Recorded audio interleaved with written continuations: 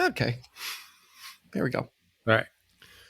In this episode, join us as we celebrate one of rock and roll's most enduring bands. From a smash live album to finally getting that elusive #1 single, stay tuned for Cheap Trick. Welcome, friends, to the 3324 podcast. If you've been listening, you know who I am. If you're listening, you know who the other guy is. If you don't, I hope so. if you don't, read the title or our little paragraph. I think you know us by now. Yeah. This is going to be the episode without us introducing ourselves. How's that sound? You know what? You. First time for everything. Hey, you. Hello. How you been? I almost said your name. I usually I say, right, Eric?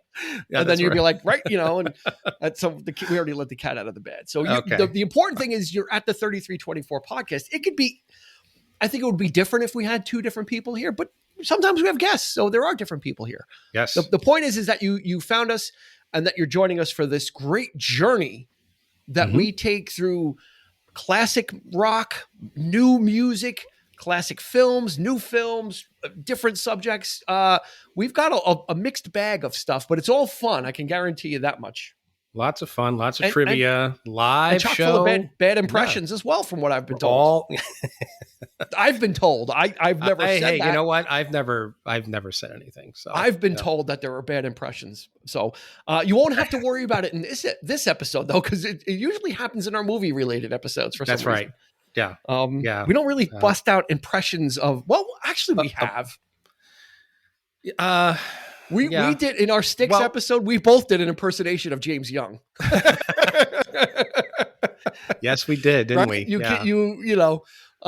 So we've done some. Every now and again, we'll hum a tune, we'll hum the melody or something like that. Yeah, yes. we tend to do that, but Styx was flat out trying to impersonate James Young. Which is deep. You're right. Yeah, I don't know if he's a baritone or what he is, but you won't get that in this episode, though. I can tell you that much. You won't have to worry. This will be an impression free, unless I'm doing an impression of someone else, because Cheap Trick is one of those This is actually, we need to acknowledge, this is actually a listener request episode. Mm-hmm. So thank you to John DeGoog. We're going to call him out. He hit us up on social media. He went to 3324 podcast on Facebook. He's a member of the group, and he said, hey, Yahoos, when are you going to do a Cheap Trick episode? And that's all it takes. I said, we appreciate your feedback. Don't call us Yahoo, but that's okay. We'll take it. And we said we're going to get it right on the schedule. Then other group members started chiming in like, Cheap Trick. Yeah, Cheap Trick. Yep. So let's do it. Let's do a Cheap Trick episode. I think it's going to be a lot of fun. I think it's great because that's all it takes is for anybody who wants is to ask, and just don't ask us to do an episode about Miko and his Star Wars and Close Encounters work. Almost anything else we'll do, but don't ask about amongst Miko. Other things. Yeah, right. Yeah, but you can find us on social media. That's how you engage with us. That's right. Throw an idea out there, and at 3324 podcast on Facebook and Instagram. It's fantastic. We've just started uploading also the video versions of our episodes. We're putting those on YouTube. So if you're checking us out on Spotify and listening to the episode when it's hot and fresh, we'll eventually get around to posting it on YouTube. So if you need something in the background there as well, it's always nice. I work from home a lot, so I will have some video. I'll just put a video on in YouTube, and then it'll just start like auto playing other stuff. So we're great for the background as well. Full disclosure, I thought, I was like, it's not as bad as I thought it would be. I don't like watching myself so when you started posting the videos, I started watching a few. I'm like, oh, it's actually kind of cool. Yeah. Dean didn't even, here it is. I mean, but here's the thing. Dean didn't even tell me he was starting to post the stuff on YouTube. It just started happening. It's actually my son called me. He's like, "What's with all the your episodes on YouTube now?" I'm like, "Oh, really? Let me check that out." So I go there, and sure enough, there's quite a few on there. I'm like, "Oh, okay. Well, maybe much to Eric's initial horror." Oh my God, my face is on every thumbnail. Like, oh my, right. Yeah. And I try and find the weirdest photo of us both, like making some like weird grimace, because that's like people are going to pass by and be like, "What freeze is frame? that?" Yeah. Sometimes our technology isn't working so well, so we Well, might the get thumb, that we got to snarl find a or nice, well, I try and find a nice still frame photo that embodies the episode. And sometimes it's me making a weird face and Eric is smiling. Sometimes Eric is making a weird face and I'm smiling. I try and mix it up. And so go check us out on YouTube. Plus, we have some exclusive stuff up there as well. Right. Whenever I go to a concert, I try and take some video, and I've thrown a couple of concert clips up there as well. So you'll find some extra stuff there, and we've done some web exclusive stuff, and we plan on doing more. So we got you covered all over the place. We got the video and we got the audio. I mean, what else you want us to do? Go to your house and do the podcast? Indeed, we do. Yes. Yeah. So I'm not sure. Thank everyone for their participation on the page, and as always, we encourage feedback and let us know not what the we're kind doing. That your guitar gives you when you get too close to the amp, right? But we would love it if it was mostly positive. We want to know how we're doing, and I get roasted for the bad impression. So there's all I get feedback. I take personally, yes, well, right? True that. It's nice to hear from our families and our good friends who have been real supportive with us, doing this. But all you folks out there on the page too. I mean, we're welcoming new members left and right, and we'd love to hear from you. We'd love to hear how we're doing. Are you listening to the podcast? And hit us up. Yeah. Suggestions, comments. Put a request in. John DeGoog requested this one, and we are more than happy to accommodate. So let's get into it. Let's go into our hat and pull out a cheap trick. I knew it. It was corny. It was corny, but I had a feeling. I had a feeling you were going to go there. Dad joke. So here we go. We're going to kind of, this is going to be a different episode as well. We're not going to be talking about a specific album, but we're going to kind of go through the career Cheap Trick, only because they've had there's a couple of things that, I've been aware of Cheap Trick, and we'll get into that in a little bit, but there's also, they've had a very interesting career trajectory. So first off, let's do some kind of overview stats. Mm-hmm. Their first album was released in 1977. I thought it was earlier than that. They were around going back earlier. They formed in 73, but first album was 77. So that kind of took me by surprise. Mm-hmm. They've sold over 20 million albums worldwide though. So no slouches. No slouches. Entered the Rock and Roll Hall of Fame in 2016, the same year that the very grumpy and crotchety Steve Miller got in. They were on the same the same bill, and funny enough that Rick Nielsen of Cheap Trick is he's had up to over 2,000 guitars in his collection. He's a guitar collector, and he says he doesn't like to give guitars away, but when at the Rock and Roll Hall of Fame induction. Steve Miller was in the audience because he was getting inducted at the same time. And so what Cheap Trick is, they're doing their, thank yous to everybody. And Rick Nielsen goes last, the guitarist. Yeah. And he's like, I've got a guitar for Steve Miller. He's here.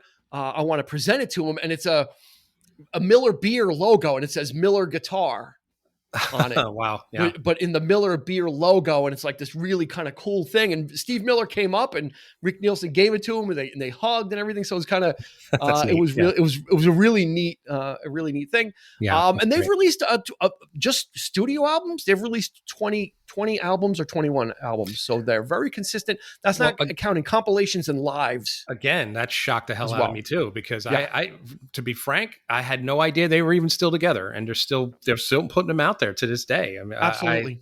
It's crazy. Yeah. And I think I think one of the overarching themes that's going to come up in this episode is there's two things that I got out of it when I was kind of revisiting them was, consistency and longevity.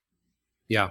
Okay. Yep. And those are two things that you see to varying degrees in rock and roll or in music, with what we call like these legacy bands, right? A lot of these bands nowadays, like you'd put in a Cheap Trick or a Foreigner, Journey, Styx. I think we understand, like these bands Chicago. Are out there touring, and they're very successful. They're very popular. Like, these guys are not out there at state fairs. They're doing smaller venues, but they're packing them in, or they're stacking the bill.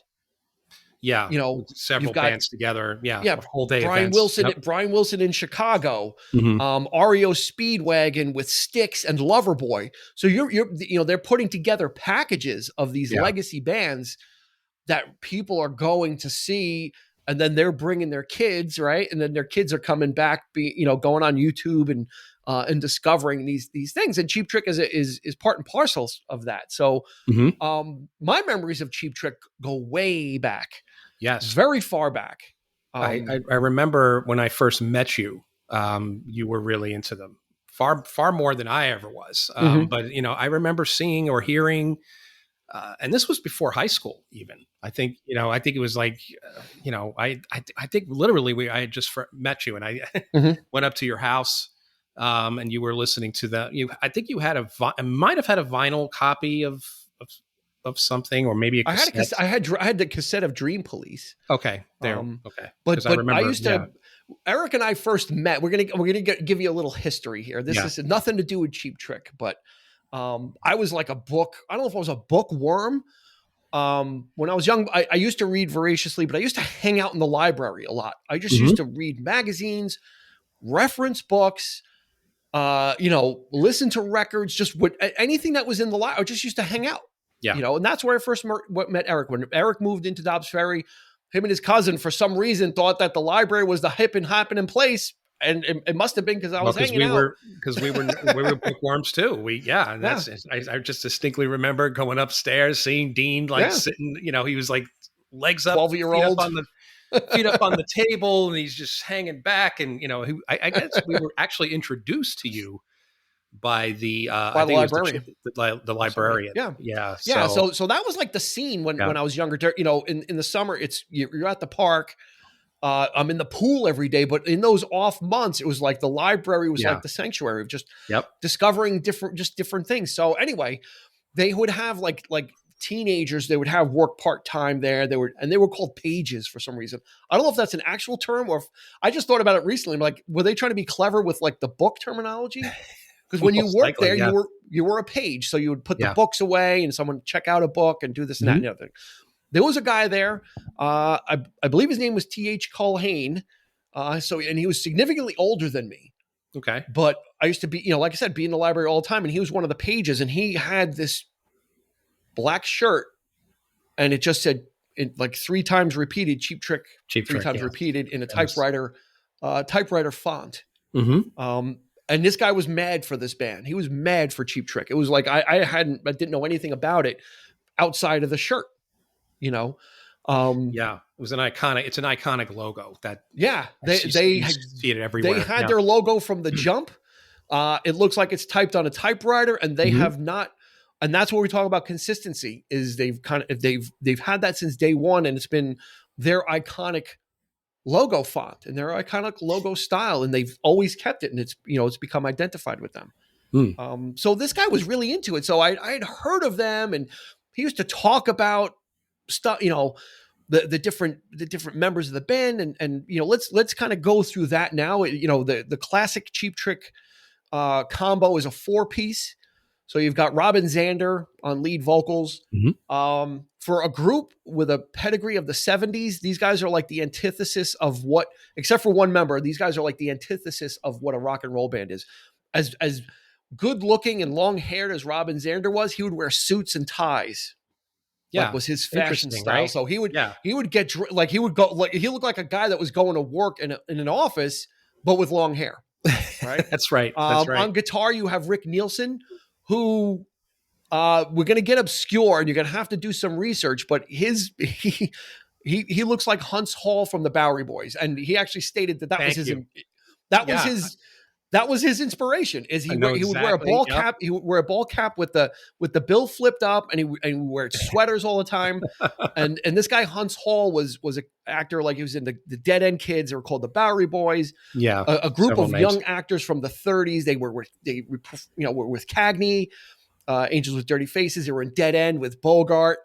And then they had their own film series through the 40s and the 50s. So Hunt's Hall was this comedic actor, and Rick Nielsen looked like him, kind of enough that he kind of adopted the style that he was, recognizable. So that's a real reach back into the vaults I don't think anybody knows who Huntz Hall is now, but you'll have to look him up. But and he would wear his trademark bow ties. Yeah, Rick bow Nielsen a ties and lot, and the sweaters. jackets, and Yeah. just an odd fashion, odd grouping. sense. Yeah, and then you've got Tom Peterson on bass, Yeah. who was like the rock star. He was like the good looking guy that all the women swooned over, because he was a good looking guy back then. Yeah, and he was like the sex symbol. And then you have Bun E. Carlos on drums, whose real name is Brad Carlson. The cigarette always hanging out of the mouth. The cigarette hanging out of his mouth. The mustache. The very the very spare and sparse Ringo Starr style Ludwig drum kit. Yeah. One rack tom and one floor tom. Very, very basic and very sparse kit. But what the guy didn't need to do, he didn't need anything else, because he was such a good drummer for Cheap Trick, and such a driving drummer. Mm-hmm. That was all the tools he needed. He's not an Alex Van Halen or Neil Peart, but he's on the level of those guys. Bun E. Carlos is up there. Oh, he definitely knew his way around the kit. He knew exactly what to do, what not to do. He always reminded me of Charlie Watts, and in the same sort of stance, the stature, just the stoic. And just with the cigarette hanging out of his mouth. With the cigarette hanging out of his mouth, but that solid beat all the way through. Yeah, was always consistent, and he was one of the. Wearing a shirt and a tie. Yeah, like these guys were like the anti-rock heroes, but their music was decidedly rock and roll. Yeah, so it was this kind of this contrast, very interesting contrast, especially in the 70s, where t-shirts and jeans were like the thing again. Like that was kind of. You see the Eagles get up on stage wearing like a Grateful Dead flannels. T-shirt, and like they were very much they long wore stringy hair, flannel shirts, denim shirts, just like buckles. Whatever. And these guys got like dressed, like Robin Zander cut a certain style and a certain outline. So when you saw Cheap Trick, you knew you were seeing them. They visually separated themselves actually from all these other bands by doing that. I would argue that their fashion sense was very new wave before new wave became a thing, right? I mean, absolutely. A lot of people were wearing that kind of thing in the early 80s. Yeah, you kind of see Duran in the 80s start to wear like the suit. That's right. Like suits that Robin Zander would wear. That pushing kind of thing. Absolutely. Pushing up the sports jacket, the sleeves of the jacket all the way up to the elbows, and the wide collar shirts, but they were but buttoned all the way up. Right. Yeah. So they're and the tie all the way up. The ties and the thin ties too. That's another thing. It's like those really pencil thin kind of ties that, so and this was the late 70s. So they might have started that trend, or at least one of the bands that have, I don't know if they can actually make that claim, but it could have been. I don't know of any other rock band that dressed like that. We'll say popular rock band. There may have been like some, really indie or underground stuff, but as far as mainstream, Bob Seger, again, t-shirts, jeans, sweaty, like all the bands that they were kind of in league with, Cheap Trick, and people may, get upset if I say this, but Cheap Trick is not like a top tier band. It's just the way it is. They were not in the league of the Beatles and the Stones and Zeppelin. Were they a B level? I'm not sure either. They were closer to like a C level, only because of their, the sparsity of their hits, not because of the quality of their music, but as far as popularity goes, they would kind of bob their head up and then go underneath again. And not much is said about them. That's the thing. Not much is said about how did they influence other bands? Did they they're very understated. Very understated in terms of what they actually projected out there. The fashion, like we talk about the fashion, we talk about the image factor. Not much is really said about Cheap Trick as a whole. You don't really see a lot of people talking about them. It's interesting that we're doing it now. Maybe we're the first. Actually point these things out. You've got bands that cite them as an influence, like Nirvana, Pearl Jam, Smashing Pumpkins. Cite them as an influence. So they were, they weren't grunge, but they had the heavy, chunky guitar. Yeah, they also had the smart pop sensibilities as well. And they had the main songwriter was Rick Nielsen, the guitarist, and Robin Zander would pop in every so often and co-write, and Tom Peterson would co-write or whatever. But Rick Nielsen was the main lyricist. So that's very interesting. You've got that steady hand, you've got that steady, consistent sound. You can hear it. You can hear that. I would never think that. I that's something I at that point in the 90s. I mean, you got these bands talking about Cheap Trick.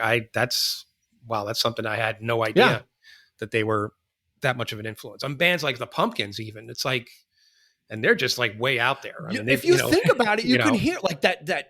If you listen to a song like Surrender from Cheap Trick, it's got that heavy kind of chugging guitar. Mm-hmm. You kind of hear that in the Pumpkins a little bit.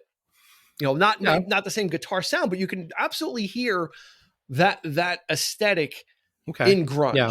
You can absolutely hear like the Rick Nielsen kind of heavy guitar sound that he would achieve. Not every song would be like that, but he certainly had those stuff like that. Like, and oddly enough, starting the Cheap Trick story, Surrender was believe it or not, was their first single to chart. Mm-hmm. And it only hit number 62. And it was from their album Heaven Tonight. Yeah. They became known, much like Peter Frampton, for a live album. That was what put them on the map. Was they were kind of plugging away and putting out albums, and then all of a sudden, but much like Spinal Tap, they were big in Japan, right? They were really big in Japan, but not big in the States. So they go over to Budokan, they do a series of concerts, and they're like, okay, we're going to record, since we're big in Japan, we're going to record these concerts and we'll just put it out in Japan. So that's what they do. They record the concerts and they put it out in Japan, and it just sits. That makes logical sense, actually. Now that I think about it, when let's getting back to their fashion sense, even it's like and you see a lot of anime type of they look like characters. Bands. They look like characters. There's that influence there. There's all those goofy game shows that Japanese put on, and people are wearing that kind of garb. Yeah, it makes perfect might have been a little bit of a novelty. Sure, thing. Yeah, sure. So that album is in Japan doing wild business. A few years later, Epic, their label, decides 1979 they decide to release that album all around the world, and it becomes like their smash hit. Their live version of I Want You to Want Me. Yeah. I can remember having that multiple times on one mixtape. Like just always. It only hit number 7. I thought it used to be on the radio all the time. Yeah. It was huge. Always on the radio. For some reason, the live album hit, like the song hit. Did you ever hear the studio version of that song? I have.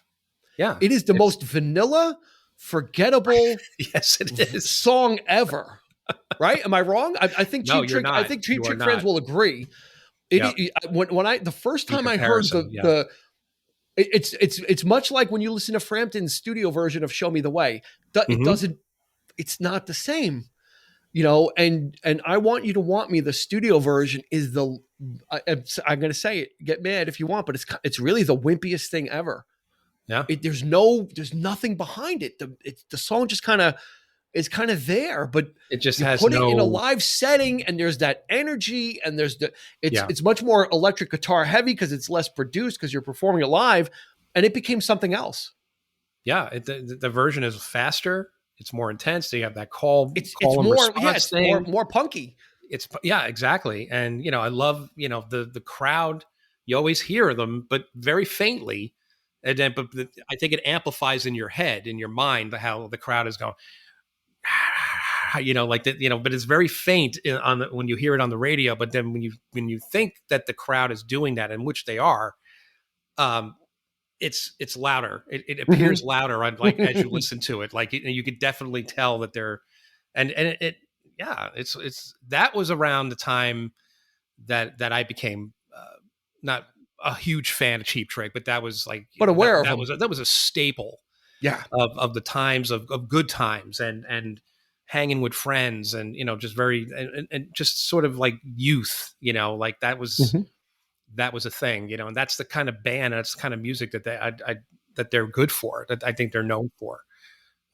So if being said, that being said, I don't have to be a huge fan of Cheap Trick to appreciate what they've done for that time in our we've talked about this before about certain bands just being there, and you don't have to love them, you don't have to listen to them all the time, but they were there, they were part of that soundscape of our youth, and Cheap Trick is definitely in that. Yeah, and this is probably a good time to mention that we've created a Spotify playlist for this. So we've kind of curated what we think is the best or the most interesting parts of Cheap Trick, so you can kind of be like, oh yeah, I remember that song, or I kind of recognize that song, because they've got some hits, and then they've got some minor hits that you're like, oh yeah, I do remember hearing that song. Like they've got those different levels, So that's, we've got that curated on Spotify. We'll share a link. We'll put a link in the show notes as well, so you can check that out and you can kind of take the journey. I think it's a fun. It was fun to kind of put it together. And it's fun listening to it as well, because it's kind of the best of with some extras. So interesting things on the best of the best is the name of the playlist. Yeah. So So I think now's a good time to talk about the ELO connection. I teased. Do you know what the ELO connection is? There's actually two. I found another one. Well, I know that they were Rick Nielsen and I think Robin Zander. They were big Roy Wood fans, from what I understand. They admired him a great deal. And I know they did a cover of Blackberry Way. Nope. No? They did a cover of California Man. Okay. They did a cover. I'm pretty sure that there's a song. They did Blackberry Way.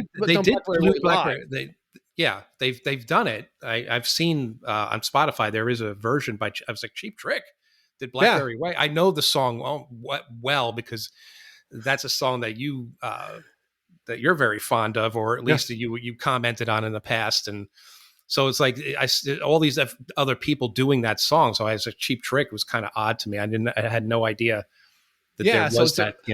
A very the ELO connection is that the song California Man is by a group called The Move, which Jeff Lynne was a part of before ELO, but very obscure. So it's very curious that this band would pick up on Blackberry Way in one form or another, and in 1978 record a version of California Man, which it's a deep cut.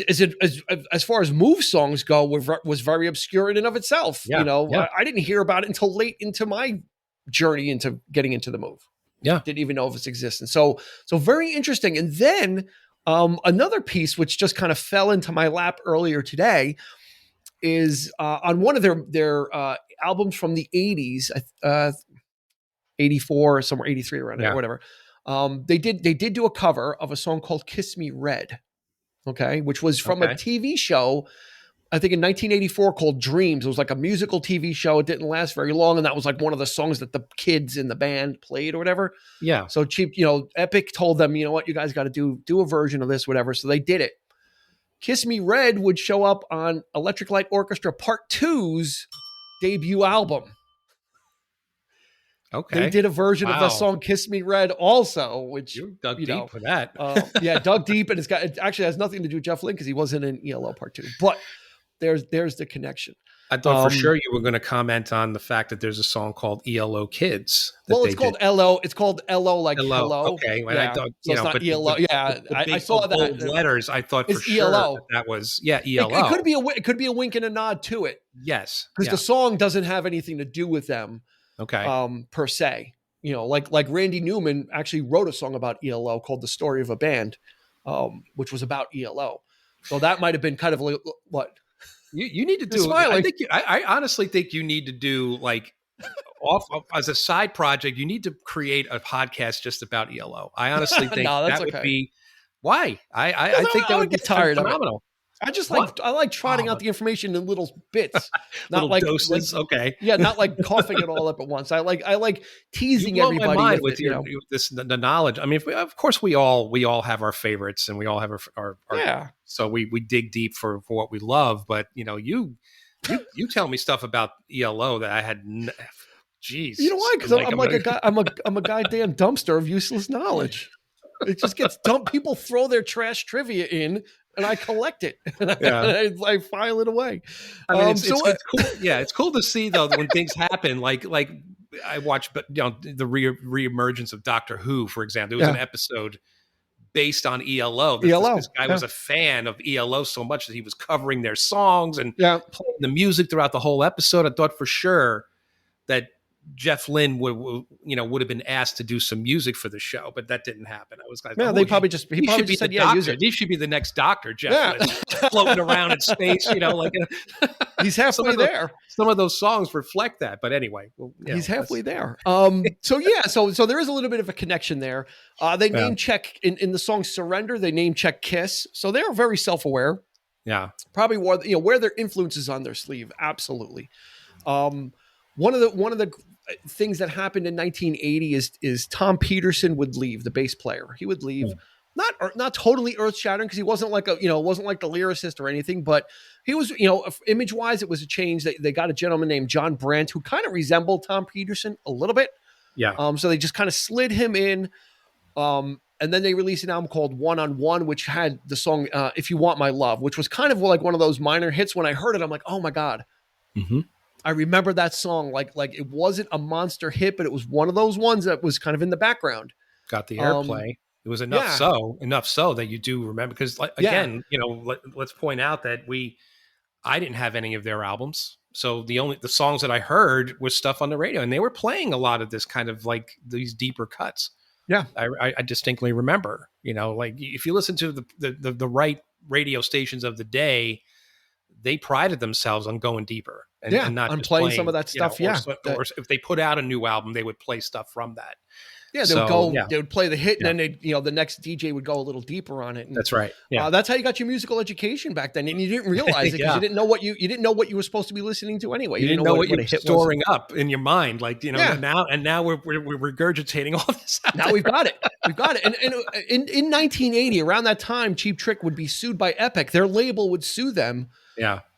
They're kind of being like, you know what, you guys, you need to put out a record, and you're kind of stalling, and we think you're stalling to kind of put us over a barrel to like renegotiate your contract. So they had a contentious relationship with Epic, but Epic is like a subsidiary of CBS Records, but Epic was their main label. 1985 would bring Tonight It's You. That's their closest hit. It hit number 8, so it came close as I Want You to Want Me.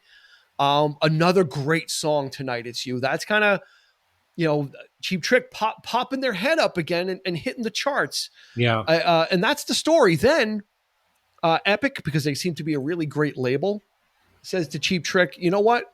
You need to start working with outside writers, because you guys are just like, what you guys are doing is just not consistent. Like it's, we can't really count on it. We can't really bank on it. So they made them work with other songwriters, and that's got to be tough. It's one thing when you seek out, it's one thing if you're a songwriter and say, well, I want to expose myself to something new, and I want to work with, this person I really like, that's one thing. Or it's one thing if you hear a song that you like from a songwriter that might be obscure, like California Man, and you decide you want to do it. Yeah. But being told you have to get other songwriters in here because your material just isn't strong enough cannot be something easy to handle or swallow. Yeah, I don't think so. And and you're not getting that, like you say, if working with other people, if you're getting something out of it creatively, you could admit that might be a songwriter that might be stronger. And it's like, oh yeah, well, that helped us out, and that influenced us to do better, but I don't know if this was the case. And I think I know what you're leading up to here with their their first number one hit, and only number one hit. Yeah, oddly enough, right? So, so there, Rick Nielsen was like the main songwriter. So he's all of a sudden being told, you know what, it's not cutting it. It's not good enough, right? And I don't know if it's a reality check, if it's an ego bruising experience, but he had to deal with it, and he said he did have, he did struggle with that. Heart went through the same thing, and they had their kind of career resurgence with Alone and a couple of those songs. Then all of a sudden they were told, hey, that song, All I Want to Do Is Make Love With You, that was written by somebody else, and they didn't want to do that song. They're like, this is not something that we agree with, but they were kind of put over a barrel. So it's not an uncommon demand, but that's the power that your label, if you're under contract, they're kind of employing you. And they're not in it for chocolate kisses. They're in it to make money, and I think this is that's where the the Cheap Trick whole story there. the whole term selling out comes into play, where they have to be. You got to play the game sometimes, though. Yeah. Sometimes if you to really get to do what you want to do at some point, you do have to go through these paces, and that's the record business, or at least it used to be. I don't know what it's like today. I mean, today you can't even get if you can't just get one song out there, you're done. Pretty much like much less an album worth of material. It's like you have to have a hit right out the gate, and it's very difficult for artists today. I think even more so, but and so and again, if you go into a contract or a career knowing that, like let's say like a Rick Astley or something, or someone that is a singer and is provided material, that's one thing. But in this case, Cheap Trick was kind of said, listen, you guys got to, we're not having this anymore. We're going to bring people in and they're going to write songs here, or you're going to collaborate with people, do whatever. That would be 1986's Lap of Luxury, which I have. That was like the second album I got by them. And it's a great album. I mean, it like Eric said, their only number one hit was The Flame. The Flame. Which hit big. Like, it again, really like did. Cheap Trick kind of almost like a shark jumping out of the water. So like they resurfaced again in even a bigger way, and I'm sure that might have been bittersweet. It really surprised fans of the band that they put a song like that out, which I know Rick Nielsen wasn't a fan of. It's just one of those power ballad type of songs that they're used to doing something a little bit more punky and consistently bringing that energy, and then being decidedly told to do something like Trick, that. Right? But they cultivated a whole new audience, I think, as a result too. I mean, that song was a monster everywhere. It was, and the album was really good. Songs it was a strong album. It went 7 times platinum. Yeah. No, I'm sorry, my mistake. It went 1 time platinum. Sorry. So that's $1 million. That's $1 million, but you got a number one single out of it. No, it hit number 16 on the Billboard, top 200. So it did well for them. Again, back then that was plenty to kind of give them some more breathing room, right? Okay, here's your number one single. You got what you wanted. What do you want from us? They would then kind of go back to writing their own stuff again. Their next album, which was called Busted, it tanked. Yeah, I couldn't tell you anything past that album. I did, to me, I thought that was the end.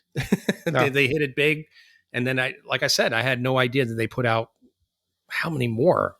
Well into the they can and that's the thing is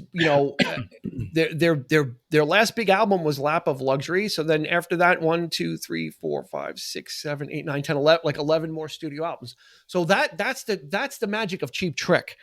Which is the important thing that I think people should take away from this, is that no matter what, they were undeterred. They went back to making Cheap Trick music. Like, even though they were told eventually they would part ways with, they got screwed over. They would part ways with Epic. They would sign with Warner Brothers. Warner Brothers would drop them. They would go to an indie label called Ant Records, and they would go bankrupt like a year later. And then they were without a label. So then they made their own label, Cheap Trick Records. So, but they took their own fate into their hands. Like, we're Cheap Trick. We make a certain type of music. They never went the disco route, right? They never fell into any of those trends. They just always were Cheap Trick. Now the labels told them to, work with for Lap of Luxury, these other artists, but it was still a decidedly Cheap Trick album, even though The Flame was maybe less so, but like you said, it got them exposed to a lot more people. And then they just went right back to like making Cheap Trick music, which is what they're best at. They're not meant to be a chameleon. They're not meant to follow the different trends and morph into them. And some bands need to do that to stay relevant. Cheap Trick was like, the hell with that. It's just not what we are. Right.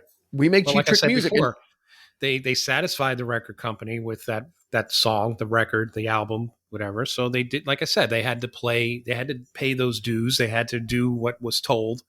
to them, and now, as a result, now they're doing what they totally want to do. So that's a great thing. And like you say, look, stick it out. You stick it out, and that's the thing. Perseverance. They persevered through the, I think through their fans.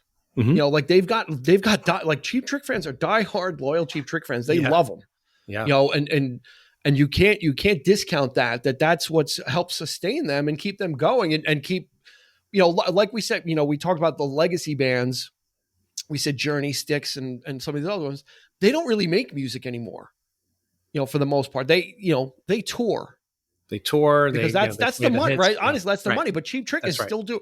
They're like, we're gonna, they don't. Cheap Trick probably doesn't have to make albums anymore, but they still do, right? And I think Dennis DeYoung said it recently in an interview. He's like, he put out what he said was going to be his last album, right? He said, I'm done. This is it. Like, because people don't want to hear it, so why am I going to make new music? Which I can understand that, but it's also sad. When an artist kind of throws up their hands and say, people only want me for what I was, it's kind of sad. There is some I truth guess it's to that. better than nothing. Yeah, it's better than nothing. And if you and Billy Joel is kind of like that, right? Billy Joel's like, I have nothing to say. Really, it's not like he doesn't want to, but he's like, I got nothing to say. Yeah. So I'm just I'll go perform what people love, and he's okay with that. But Cheap Trick has got the best of both worlds. Is they've got a fan base that's going to buy their stuff and enjoy it. It's not going to burn up the charts, but they're popular enough that they feel compelled to keep being able to put stuff out. Yeah, and not just be a touring concern where you're like that's your thing. Right. I mean, it is sad, and there are. I mean, for every great band, legacy band, there is that sort of cult following, right? There are diehard fans that do want to hear new music, and it's a shame that we don't always get that, So it's so to see somebody, and then of course, there's the age factor too. How much more they have to say? And well, he's got the voice. I mean, Robin Zander's voice is in great shape. That's one of the things. I'm not speaking. They for can Cheap still Trick they can still, but they can still they can still put out a record and it not be like, oh my god, like croaky, or like, oh, this is a pit, this is like a pity thing. Like they're able to put out quality material because his vocal instrument is still in such good shape. So it's not like it's like, oh man, like no, like put them out of their misery. No, they're still vital from that aspect. Yeah. He's still a very strong vocalist and a strong performer. So why not? What do you have to lose, especially in these days of distributing it yourself? So you're not really beholden really to record companies anymore. If you could self-distribute and you've got the fan base and you can deliver it right to them, why not then? Right? If they love it. And I know they've been recently re-releasing a lot of old like live stuff and a lot of live shows and archive. Yeah, a lot of people are doing that. Yeah, they're putting out a plethora of like just what was once like bootleg recordings are now like official. Not they're like official bootlegs, but they're not. They're kind of in between there. So they like from they're from the board, so they're going to sound better than somebody with a tape recorder in 1978. Exactly, a lot of like I know a lot of jam bands do it. I mean, like Dave Matthews Band and those kinds of bands. There's a whole ton of stuff like that, but yeah, that seems to be a thing. I couldn't do that. I don't know. I from listening to one show to another, and some fans are crazy for that though. They'll be able to collect all that. How do you listen to all of that? I don't know. They embrace that whole aesthetic. They would have sections for tapers. You would get a ticket to be in the taper section, and there's pictures, you can find them. Of people with like microphones on booms to be above the crowd because the Dead was like, tape away. We'll even give you a special section. So these guys would bring their decks and follow them around and get some decent quality, because they weren't just sneaking in a little tape recorder or something. Back then that's how you do it. This was before electronics and using your phone. But yeah, I think Bunny Carlos curated a lot of this live stuff. I think in the early 2000s, he had a lot of the recordings. So he just started kind of making them publicly available and kind of feeding out there and you know, kind of giving the fans material without necessarily even having to put out a new album as well. Because if you've got that fan base, you know, they'll eat up a show from, you know, 78, 81, 87, you know, if you've got that amount of content, you can just kind of keep rolling it out there. So it's interesting to note that Benny Carlos is no longer I was just getting to that. Records music with the band or tours, but he's still very much a member. Yeah. So I guess he's handling that kind of thing, like archiving and that kind of. Which he was doing that before he left, so he had started that already, like kind of being that guy of kind of like kind of handling the business side of things. But to do that behind the scenes, though, I could see him still doing that for the band. I don't see why not. You know, but unfortunately, it's not.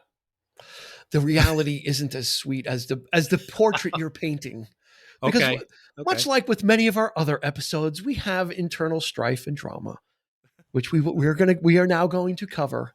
In 2010, Bunny Carlos had back surgery. Rick Nielsen's son, Dex took over. Dex, until he was okay.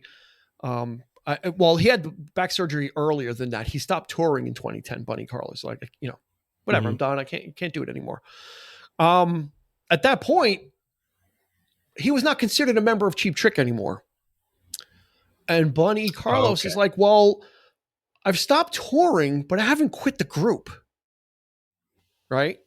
So what's your function? So it's an interesting position, right? He wasn't thrown out of the group. He's like, I'm not going to tour anymore. I'm not quitting, but I'm not touring anymore. Right. Okay. And Cheap Trick is like, you're kind of not really in the group then. Like, what do you get? What do you want from us then? Like, what's going on?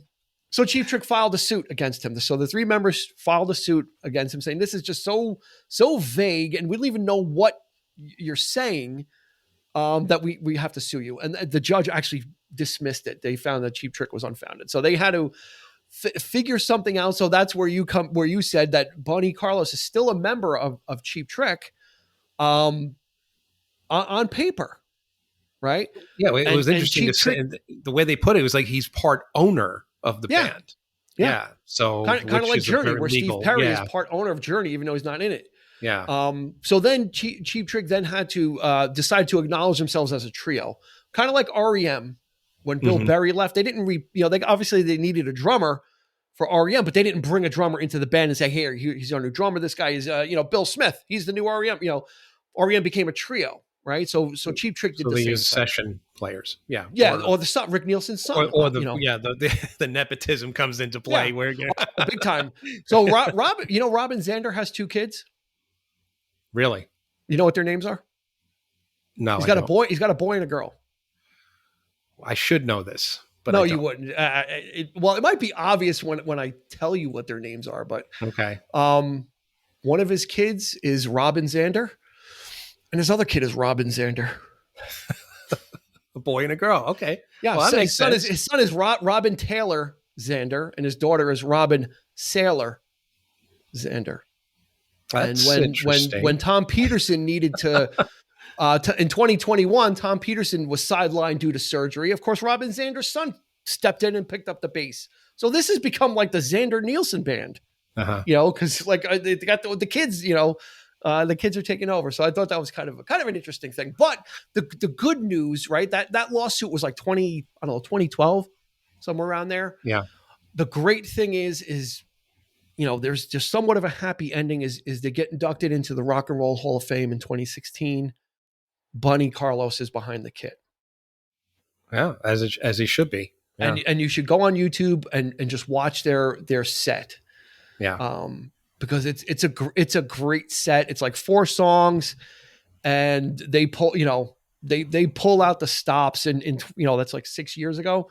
Yeah, they still have it. They really, and it was great to see him behind there, and Robin Zander's like walking up to him and they're smiling, chatting. So I kind of that's what I always we've said that many times is like with the issue with Blondie where Debbie Harry wouldn't acknowledge the original members and at the hall, and if Styx ever gets in, will everybody be there, or Van Halen when they get in, when they got in, Eddie wasn't there, people weren't there. It's like, here's an opportunity to put things aside for just one night.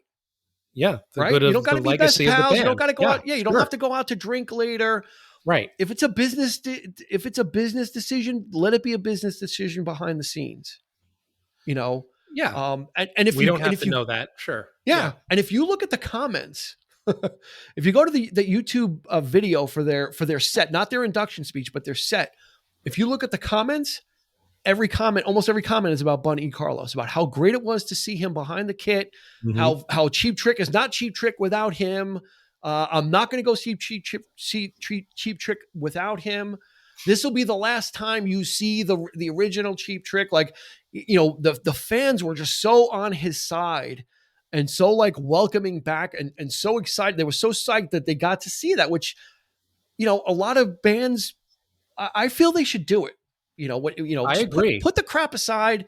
I totally Everybody agree with swallow your that. pride, then go back to hating each other the next day. You can go back to hating it. The hate won't go anywhere if you really have it. Because You part of know, what the band is being honored for, I feel, is the stuff that happened back in the day. All their biggest stuff they did as that particular band or those members. Whether you think so or whether some of these members think so or not, oh, I write more songs than you do. There's still that contribution there. There's still, and you can't discount the fans too. You can't discount the fact that fans love, a Ringo Starr, or in this case, Bunny Carlos. He's still, he's popular. They love him. He brings something to the band, and absolutely, that should be a thing. It's good for it's all about that. It's all about the legacy of that band, and that's why they're being honored. So yeah. I don't understand the politics of it, and why people have to be.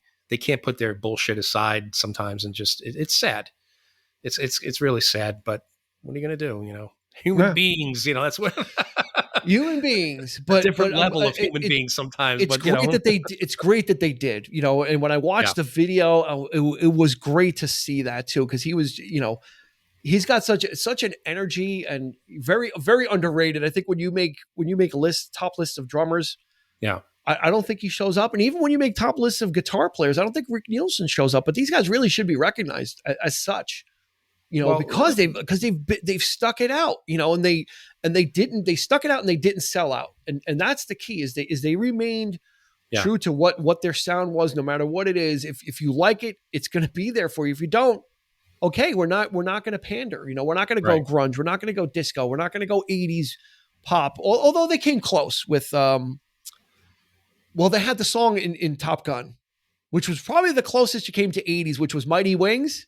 Mm-hmm. Do you know that song? Yeah, I do. Yeah, Like if you may not recognize it when you hear it, you'll realize that it was in the movie, because it almost sounds like score music in the beginning, because it has like that right, that score sound to it, but then it's an actual song too. So Mighty Wings on the Top Gun soundtrack was probably the closest they came to like the 80s aesthetic of like that glossy music. Right. And then the great song they had on the heavy metal soundtrack too. Two great songs they had on heavy metal. Yeah, soundtrack. I mean, and weird too. Those are the strange. I think that's the strangest they got. The flavor to that. That's the whole concept. So that I dug that about them. That's admirable. So they did a lot of soundtrack work. Actually, yeah. They had songs on a lot of different soundtracks, but for heavy metal, they did a song called "Reach Out," which we've talked about before during one of my favorite sequences in the film. It's a very strange song for Cheap Trick as well, because it's kind of keyboard heavy and you don't really hear that kind of stuff. Yeah. And then the other one is "I Must Be Dreaming," which is a very strange song. Yes. But it's real. It's real. I'm not sure if I put it on the playlist. If not, it's going. I think I did it. If not, it's going to be on the playlist. That's the one I'm referring to. That's the one that I know that that I can hear it in my head. But it's cool that they went there. That they did that kind of thing. It's almost proggy in a sense. Like they're just adding to that. Really, it seems like they just love the idea of doing that film or whatever, and they just kind of jumped right into it and said, "We're going to do something. We're going to add something to this." Yeah, so, and they were chosen with the likes of Don Felder. Yeah. So at the time, they were like, you got Don Felder, you had Stevie Nicks there, you had Blue Oyster Cult on the soundtrack, Sammy Hagar, and Cheap Trick's got two songs. Yeah. In two different parts of the movie. So that's nothing to sneeze at as well. A big cult film, but In case you Their haven't two noticed, songs are folks, top notch. Dean What's and that? I are big fans of this movie. We Yeah. bring it up a lot. A lot of people, We our geek friend out on this. Andrew Cremines is as Yeah, well. we So there's a dig lot this of film people a that lot. like it. Yep. It's if you Yep. like weird stuff, check it out. I'm sure it's available. So, Yep. yeah, I think that's going to do it. I mean, Cheap Trick has had an interesting career, Mm-hmm. but they're survivors. That's the key. Yeah. And they've put out good.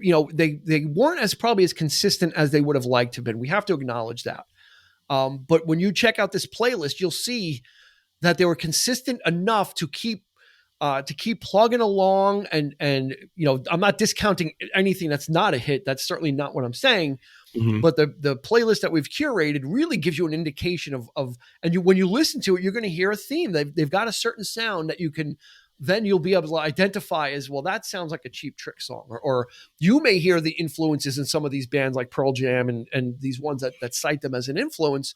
You might be like, oh wow, yeah, I kind of get where that's coming from because of the chunky in your face guitar or the manic drumming of Bunny Carlos. I think there's something there for everybody, and they really are kind of unsung heroes of rock and roll. And I'm glad that John asked us to do this episode. I'm really glad he did, because I'm not sure we would have gotten around to it, but I think it's one that we absolutely should be doing.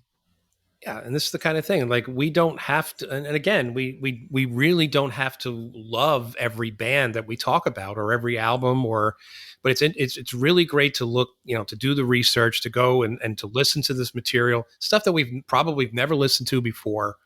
It's fun. It's just fun to it was fun for me to revisit it, to go through, right, and be like, oh my god, I remember that song, and I had the Dream Police cassette, and I remember that song from it. So it's nice to kind of take a stroll off of the stuff that we know that we're gonna talk about, mm-hmm. and have a listener throw us one and say, yeah, well, what's your take on this, and what do you think? And I was acquainted enough with Cheap Trick that this was not a problem. And again, they've got such great stuff, that they fit in well. So we're going to advocate heavily for checking out. Go check out their other stuff, or just check out the playlist, and I think you'll get a really nice. Right. It's a nice list. I think we got like 14 songs on there, so it's a good amount. And if you were around back then, you'll probably know. I'll say you'll know 95% of them. Well, that's the point I was going to make is it evokes a time in our lives that we can all agree was a really great time for us, as a kid, fertile ground for these musicians, and bands like this, like, have that. For me, that's the value of these bands for me is, so, like I said, they're great. There's some great songs, but like I said, I didn't have any of their albums, but I really dig the time of my life and in that sense. And it's just the soundscape, you pull from that. And when somebody else wants to, give us that and tread down that path with us, that's even better. And that's what we're looking for, So how about this? You dress up like Rick Nielsen for Halloween, and I'll dress up like Bunny Carlos. There you go. I think I've got the body type now. Yeah. What do you think? Maybe that might be a cool thing. Sure. Back the Vans, you put the Vans on, like the shoes, with the stripes. He was big into the checkered stuff. There you go. Yeah. Guitars with like 5 necks on each side. I mean, the guy was just, he became a character, but he also became known for his love of guitars and his unique guitars as well. So there's a lot there. There's the image, but then there's the music.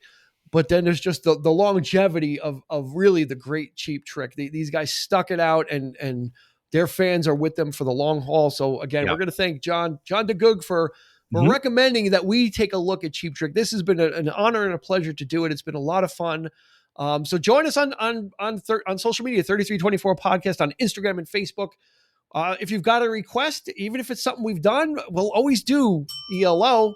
They've got a lot of, we've only done one album out of 15, so we got plenty to go, but by all means, let us know. Thank you for joining us. For Eric, this has been Dean. We will see you on the flip side.